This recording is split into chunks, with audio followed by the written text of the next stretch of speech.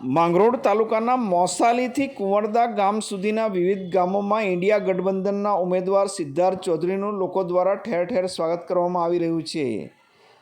બારડોલી લોકસભા બેઠક ઉપર ઇન્ડિયા ગઠબંધનના ઉમેદવાર તરીકે ચૂંટણી લડી રહેલા સિદ્ધાર્થ ચૌધરી દ્વારા તાપી અને સુરત જિલ્લામાં છેલ્લા કેટલાક દિવસોથી ચૂંટણી પ્રચાર કાર્ય કરવામાં આવી રહ્યું છે। માંગરોળ તાલુકામાં આ બીજા તબક્કામાં તેઓ દ્વારા ચૂંટણી પ્રચાર કાર્ય શરૂ કરવામાં આવ્યું છે।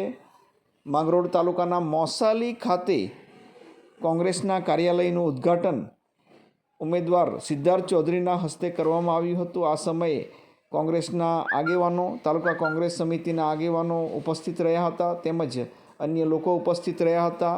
ત્યારબાદ સ્થાનિક કોંગ્રેસના આગેવાનો અને જિલ્લા કોંગ્રેસ સમિતિના આગેવાનો સાથે મોસાલીથી વિવિધ ગામોમાં ચૂંટણી પ્રચાર કાર્ય શરૂ કરવામાં આવ્યું હતું। તાલુકાના કોસાડી ગામ તેમજ સાવાપારડી, કુંવારદા, તરસાળી નગર, હથુરણ સહિતના અનેક ગામોમાં સિદ્ધાર્થ ચૌધરી દ્વારા ચૂંટણી પ્રચાર કાર્ય કરવામાં આવ્યું હતું।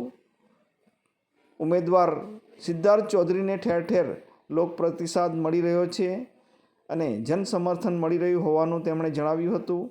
માંગરોળ તાલુકામાં બીજા તબક્કામાં ચૂંટણી પ્રચાર કાર્ય તેઓ દ્વારા કરવામાં આવી રહ્યું છે।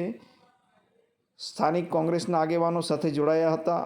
સાંભળીએ સિદ્ધાર્થભાઈ ચૌધરી। સમગ્ર વિસ્તારમાં અમે નગર ઉછલથી લઈને આ તમારા સુરત જિલ્લાના તમામ વિસ્તારના પ્રવાસ દરમિયાન ખૂબ સારો પ્રતિભાવ અમને મળ્યો છે। થોડા ઘણા કોઈકને નાના મોટા મતભેદો હોય તો એ આપણે આ ચૂંટણીમાં ભૂલી જવા પડશે, કારણ કે આ આર પારની લડાઈ છે, આપણા હક અધિકારની લડાઈ છે।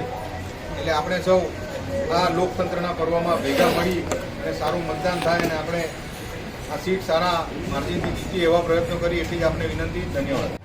હું સિદ્ધાર્થ અમરસિંહ ચૌધરી 23 બારડોલી લોકસભાના કોંગ્રેસ પક્ષના ઉમેદવાર તરીકે આજે માંગરોળ તાલુકાના પ્રવાસમાં હતા। અમે લોકો સમગ્ર માંગરોળ તાલુકામાં મોસાલીથી શરૂઆત કરીને આજે કુંવરદા ગામ સુધી સમગ્ર વિસ્તારમાં ખૂબ સારો પ્રતિસાદ મળ્યો છે। મોસાલીમાં અમે કાર્યાલયનું ઉદ્ઘાટન કર્યું છે, ત્યારબાદ અમે વિવિધ સ્થળોની મુલાકાત લીધી છે આખા કુંવરદા ગામ સુધી, અને સમગ્ર વિસ્તારમાં ખૂબ સારો પ્રતિસાદ મળ્યો છે। અને અમને આશા છે કે આ વિસ્તારના લોકો, તમામ લોકો કોંગ્રેસ પક્ષ અને ગઠબંધનના ઉમેદવાર તરીકે મારી સાથે રહેશે।